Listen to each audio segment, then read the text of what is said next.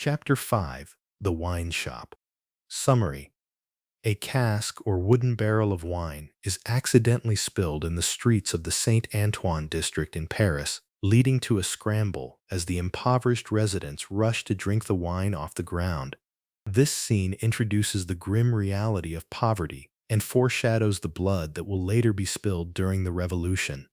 In the wine shop, we meet the Defarges, owners of the shop and key players in the revolutionary movement, who are secretly conspiring with others against the oppressive regime. Dr. Manette is revealed to be hidden in an upstairs room, still deeply affected by his long imprisonment. Original text. A large cask, or barrel of wine, had been dropped and broken in the street. The accident had happened in getting it out of a cart.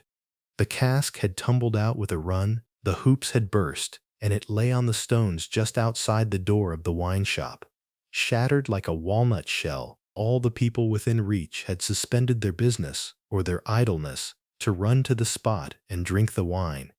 The rough, irregular stones of the street, pointing every way, and designed, one might have thought, expressly to lame or injure all living creatures that approached them, had dammed it into little pools.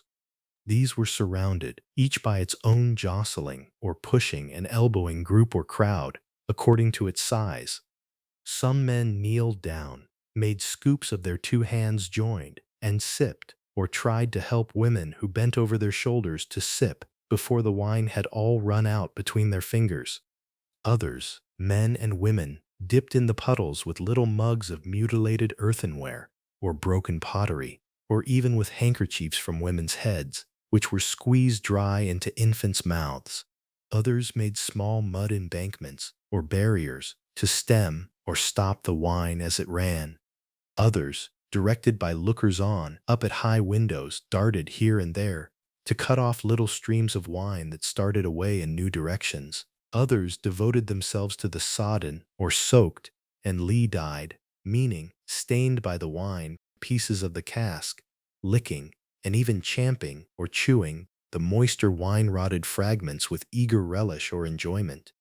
There was no drainage to carry off the wine, and not only did it all get taken up, but so much mud got taken up along with it that there might have been a scavenger or street cleaner in the street if anybody acquainted with it could have believed in such a miraculous presence.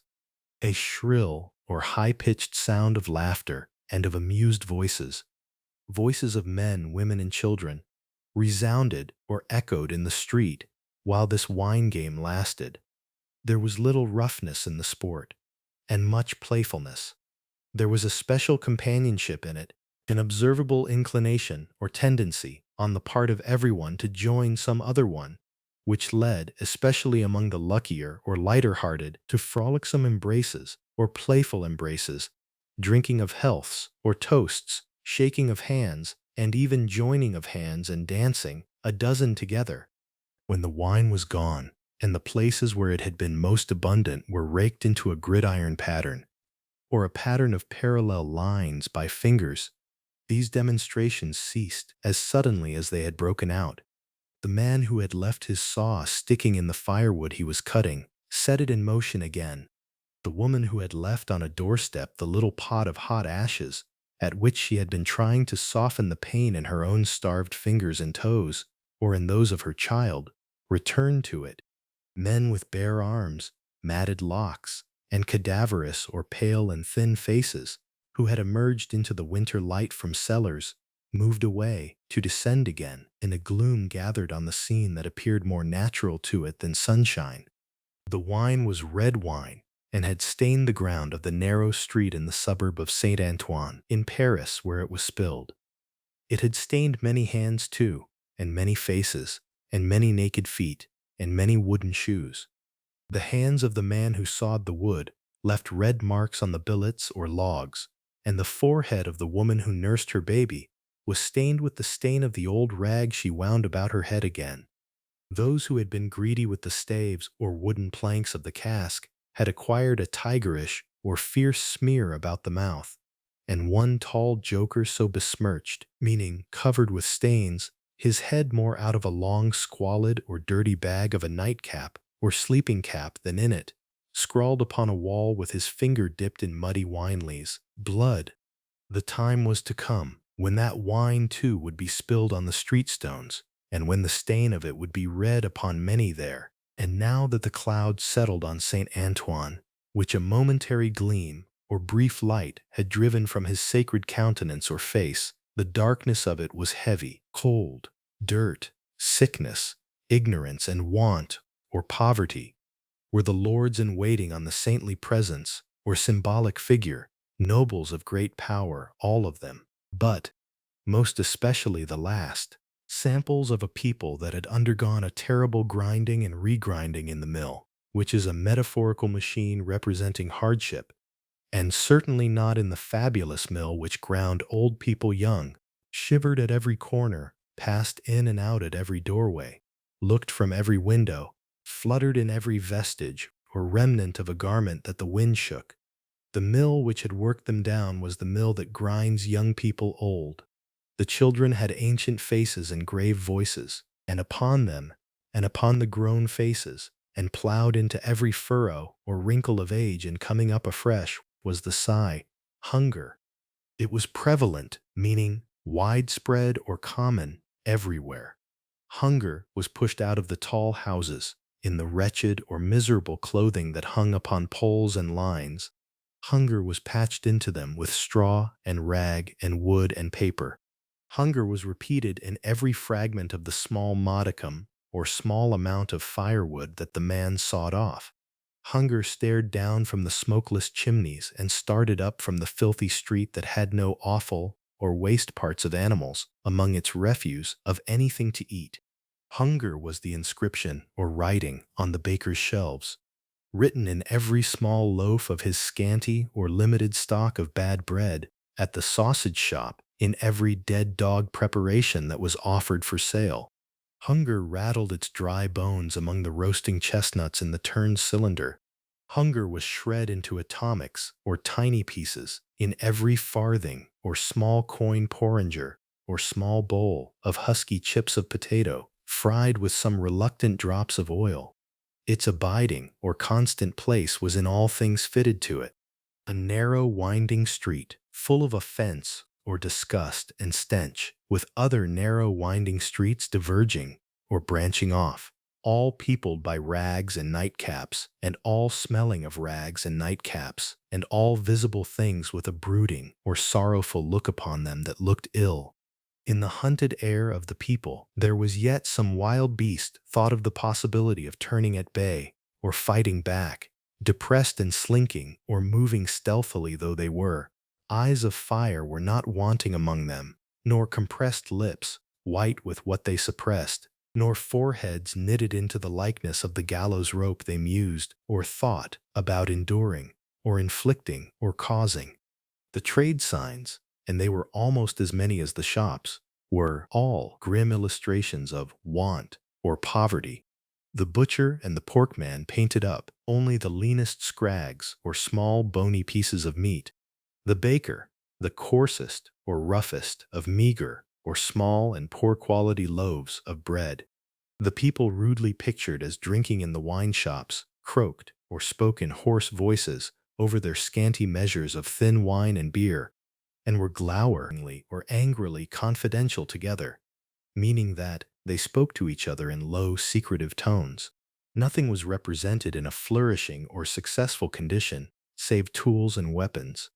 But the cutlers or knife makers' knives and axes were sharp and bright, the smiths' hammers were heavy, and the gun-maker's stock or supply of weapons was murderous. The crippling stones of the pavement, with their many little reservoirs, meaning small pools or puddles of mud and water, had no footways, but broke off abruptly at the doors. The kennel or gutter, to make amends, ran down the middle of the street, when it ran at all, which was only after heavy rains, and then it ran, by many eccentric or irregular fits, into the houses. Across the streets, at wide intervals, one clumsy lamp was slung by a rope and pulley. At night, when the lamplighter, or the person who lights street lamps, had let these down and lighted and hoisted them again, a feeble grove of dim wicks, which refers to a small group of weak, faintly glowing candle flames swung in a sickly manner overhead, as if they were at sea. Indeed, they were at sea, and the ship and crew were in peril of tempest or storm.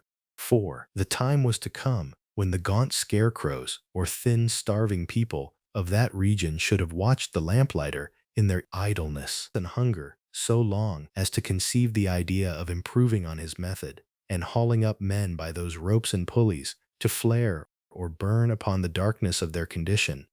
But the time was not come yet, and every wind that blew over France shook the rags of the scarecrows, or poor, starving people, in vain. For the birds, fine of song and feather, or wealthy and privileged people, took no warning. The wine shop was a corner shop, better than most others in its appearance and degree, and the master of the wine shop had stood outside it in a yellow waistcoat and green breeches, or short pants, looking on at the struggle for the lost wine. "It's not my affair or concern," said he, with a final shrug of the shoulders. "The people from the market did it. Let them bring another." There, his eyes happening to catch the tall joker writing up his joke, he called to him across the way. "Say then, my Gaspard, what do you do there?" The fellow pointed to his joke with immense significance, as is often the way with his tribe, meaning a group of people like him. It missed its mark and completely failed, as is often the way with his tribe too. "What now? Are you a subject for the mad hospital, meaning an insane asylum or mental hospital?" said the wine shop keeper, crossing the road and obliterating or completely wiping out the jest or joke with a handful of mud picked up for the purpose and smeared over it. "Why do you write in the public streets? Is there no other place to write such words in?" In his expostulation or protest, he dropped his cleaner hand, perhaps accidentally, perhaps not, upon the joker's heart. The joker rapped it with his own, took a nimble or quick and agile spring upward, and came down in a fantastic dancing attitude or pose, with one of his stained shoes jerked off his foot into his hand and held out. A joker of an extremely, not to say wolfishly or fiercely practical character, he looked under those circumstances. Put it on," said the other. "Call wine, wine, and finish there."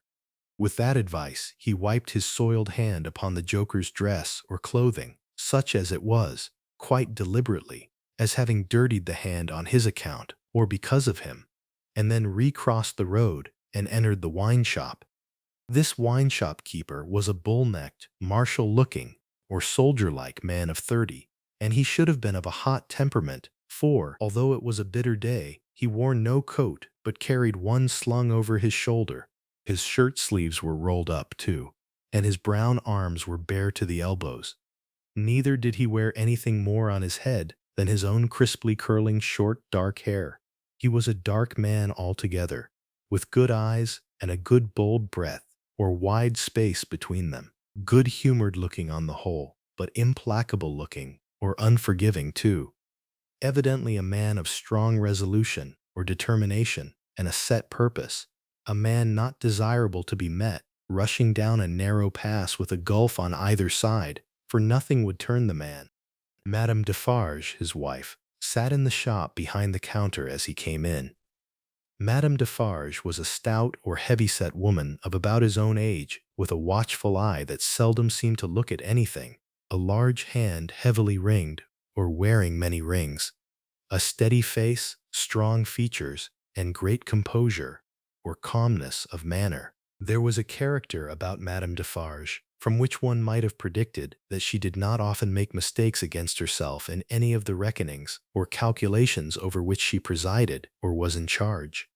Madame Defarge, being sensitive to cold, was wrapped in fur, and had a quantity of bright shawl twined about her head, though not to the concealment of her large earrings. Her knitting was before her, but she had laid it down to pick her teeth with a toothpick, thus engaged, with her right elbow supported by her left hand. Madame Defarge said nothing when her lord came in, but coughed just one grain of cough. This, in combination with the lifting of her darkly defined eyebrows over her toothpick by the breadth or width of a line, suggested to her husband that he would do well to look around the shop among the customers for any new customer who had dropped in while he stepped over the way. The wine shop keeper accordingly rolled his eyes about until they rested upon an elderly gentleman and a young lady who were seated in a corner. Other company were there, 2 playing cards, 2 playing dominoes, 3 standing by the counter lengthening out a short supply of wine. As he passed behind the counter, he took notice that the elderly gentleman said in a look to the young lady, "This is our man. What the devil do you do in that galley or situation there?" said Monsieur Defarge to himself. "I don't know you." But he feigned or pretended not to notice the 2 strangers, and fell into discourse or conversation with the triumvirate or group of customers who were drinking at the counter. "How goes it, Jacques?" said one of these 3 to Monsieur Defarge. "Is all the spilt wine swallowed?" "Every drop, Jacques," answered Monsieur Defarge. When this interchange or exchange of Christian name was effected or completed, Madame Defarge, picking her teeth with her toothpick, coughed another grain of cough, meaning a short cough, and raised her eyebrows by the breadth or width of another line. "It is not often," said the second of the 3, addressing Monsieur Defarge, "that many of these miserable beasts know the taste of wine, or of anything but black bread and death. Is it not so, Jacques?" "It is so, Jacques," Monsieur Defarge returned. At this second interchange of the Christian name, Madame Defarge, still using her toothpick with profound composure or calmness, coughed another grain of cough and raised her eyebrows by the breadth of another line. The last of the 3 now said his say as he put down his empty drinking vessel and smacked his lips. "Ah, so much the worse. A bitter taste it is that such poor cattle always have in their mouths, and hard lives they live, Jacques. Am I right, Jacques?" "You are right, Jacques," was the response of Monsieur Defarge. This third interchange of the Christian name was completed at the moment when Madame Defarge put her toothpick by, kept her eyebrows up, and slightly rustled in her seat. "Hold, then. True," muttered her husband. "Gentlemen, my wife." The 3 customers pulled off their hats to Madame Defarge with 3 flourishes or fancy gestures. She acknowledged their homage, meaning respectful tribute or honor, by bending her head and giving them a quick look. Then she glanced in a casual manner round the wine shop, took up her knitting with great apparent calmness and repose of spirit, or calm and peaceful state of mind, and became absorbed in it. "Gentlemen," said her husband, who had kept his bright eye observantly upon her, "good day. The chamber, furnished bachelor fashion, that you wished to see, and were inquiring for when I stepped out, is on the 5th floor. The doorway of the staircase gives on the little courtyard close to the left here," pointing with his hand, "near to the window of my establishment. But, now that I remember, one of you has already been there, and can show the way. Gentlemen, adieu, or farewell." They paid for their wine and left the place. The eyes of Monsieur Defarge were studying his wife at her knitting, when the elderly gentleman advanced from his corner and begged the favor or request of a word. "Willingly, sir," said Monsieur Defarge, and quietly stepped with him to the door. Their conference was very short, but very decided or firm. Almost at the first word, Monsieur Defarge started and became deeply attentive. It had not lasted a minute when he nodded and went out. The gentleman then beckoned or gestured to the young lady, and they too went out. Madame Defarge knitted with nimble fingers and steady eyebrows and saw nothing. Mr. Jarvis Lorry and Miss Manette, emerging from the wine shop thus, joined Monsieur Defarge in the doorway to which he had directed his own company just before. It opened from a stinking little black courtyard, and was the general public entrance to a great pile of houses, inhabited by a great number of people. In the gloomy tile-paved entry to the gloomy tile-paved staircase, Monsieur Defarge bent down on one knee to the child of his old master, and put her hand to his lips. It was a gentle action, but not at all gently done. A very remarkable transformation had come over him in a few seconds, meaning that He had a sudden and dramatic change in his personality and appearance. He had no good humor or cheerfulness in his face, nor any openness of aspect left, but had become a secret, angry, dangerous man. It is very high. It is a little difficult. Better to begin slowly. Thus Monsieur Defarge, in a stern voice to Mr. Lorry, as they began ascending the stairs. Is he alone? The latter whispered. Alone? God help him. Who should be with him? Said the other in the same low voice. Is he always alone then? Yes. Of his own desire? Of his own necessity, as he was when I first saw him after they found me and demanded to know if I would take him, and, at my peril or risk, be discreet. As he was then, so he is now. He is greatly changed? Changed. The keeper of the wine shop stopped to strike the wall with his hand and mutter a tremendous curse. No direct answer could have been half so forcible or forceful. Mr. Lorry's spirits grew heavier and heavier as he and his two companions ascended or went up higher and higher. Such a staircase, with its accessories or features, in the older and more crowded parts of Paris would be bad enough now, but at that time it was vile or awful indeed to unaccustomed and unhardened or not toughened senses. Every little habitation within the great foul or disgusting nest of one high building, that is to say, the room or rooms within every door that opened on the general staircase, left its own heap of refuse or garbage on its own landing or floor, besides flinging other refuse from its own windows.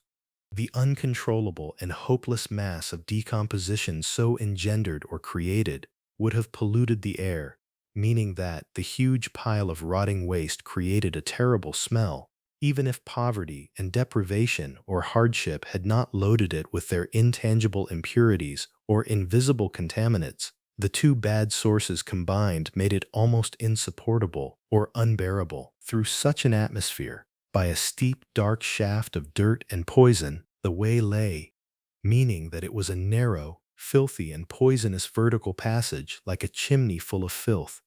Yielding or giving in and surrendering to his own disturbance of mind and to his young companion's agitation or anxiety, which became greater every instant, Mr. Jarvis Lorry twice stopped to rest. Each of these stoppages was made at a doleful grating or a sad, miserable iron grate, by which any languishing or fading good airs that were left uncorrupted seemed to escape, and all spoilt and sickly vapors or foul air seemed to crawl in, meaning that the bad, diseased air moved like living creatures. Through the rusted bars, tastes rather than glimpses were caught of the jumbled neighborhood, and nothing within range, nearer or lower than the summits or tops of the two great towers of Notre Dame, which is a famous cathedral in Paris, had any promise on it of healthy life or wholesome aspirations, meaning hopes, ambitions, or noble goals. At last, the top of the staircase was gained or reached, and they stopped for the third time. There was yet an upper staircase, of a steeper inclination or slope, and of contracted dimensions or narrower size, to be ascended or climbed before the garret or attic story was reached. The keeper of the wine shop, always going a little in advance, and always going on the side which Mr. Lorry took, as though he dreaded to be asked any question by the young lady, turned himself about here, and carefully feeling in the pockets of the coat he carried over his shoulder, took out a key. "The door is locked then, my friend," said Mr. Lorry, surprised. "Aye, yes," was the grim reply of Monsieur Defarge. "You think it necessary to keep the unfortunate gentleman so retired or secluded?" "I think it necessary to turn the key." Monsieur Defarge whispered it closer in his ear, and frowned heavily. "Why?" "Why? Because he has lived so long, locked up, that he would be frightened rave, or go mad, tear himself to pieces, die, come to I know not what harm, if his door was left open." "Is it possible?" exclaimed Mr. Lorry. "Is it possible?" repeated Defarge bitterly. "Yes, and a beautiful world we live in, when it is possible. and when many other such things are possible. And not only possible, but done. Done, see you, under that sky there, every day. Long live the devil. Let us go on. This dialogue had been held in so very low a whisper that not a word of it had reached the young lady's ears. But by this time she trembled under such strong emotion, and her face expressed such deep anxiety, and, above all, such dread and terror, that Mr. Lorry felt it incumbent or necessary on him to speak a word or two of reassurance. Courage, dear miss, courage. Business. The worst will be over in a moment. It is but passing the room door, and the worst is over. Then all the good you bring to him, all the relief, all the happiness you bring to him, begin. Let our good friend here assist you on that side. That's well, friend Defarge. Come now. Business, business. They went up slowly and softly. The staircase was short, and they were soon at the top. There, as it had an abrupt turn in it, they came all at once in sight of three men, whose heads were bent down close together at the side of a door, and who were intently looking into the room to which the door belonged, through some chinks or cracks or holes in the wall. On hearing footsteps close at hand, these three turned and rose, and showed themselves to be the three of one name who had been drinking in the wine shop.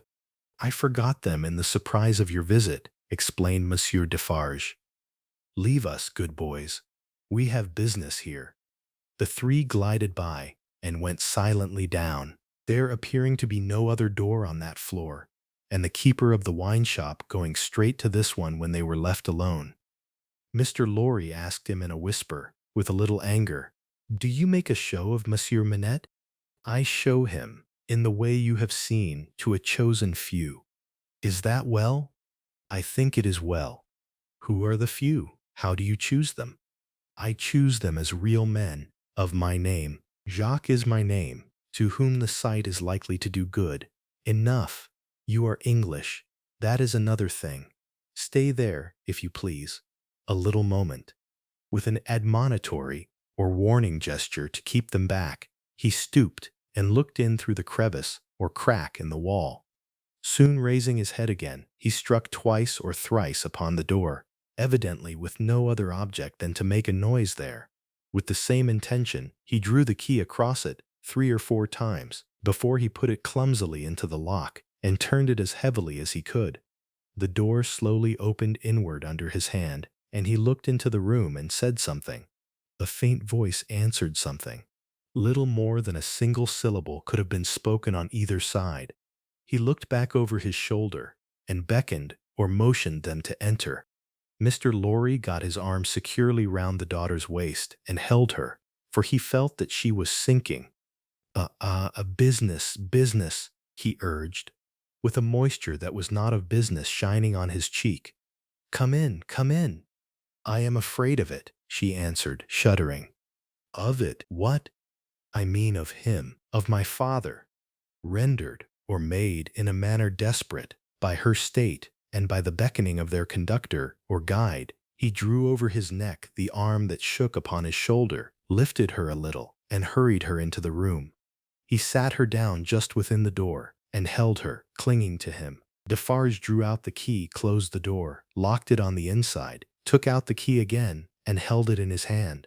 All this he did methodically, and with as loud and harsh an accompaniment of noise as he could make. Finally, he walked across the room with a measured tread or step to where the window was. He stopped there and faced round. The garret, or attic, built to be a depository for firewood and the like, was dim and dark.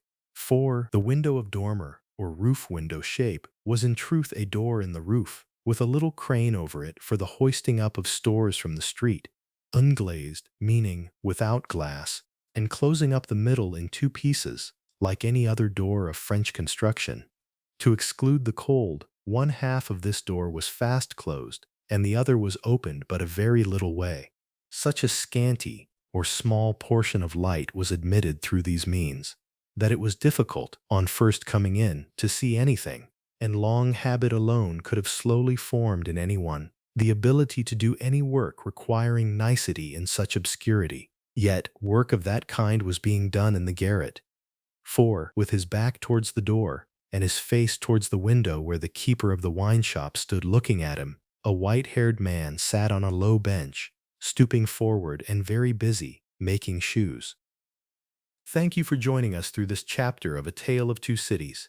If you're enjoying the story, the vocabulary lessons, and the background information that makes this classic novel more coherent, please hit that subscribe button and turn on notifications. Let's keep learning together.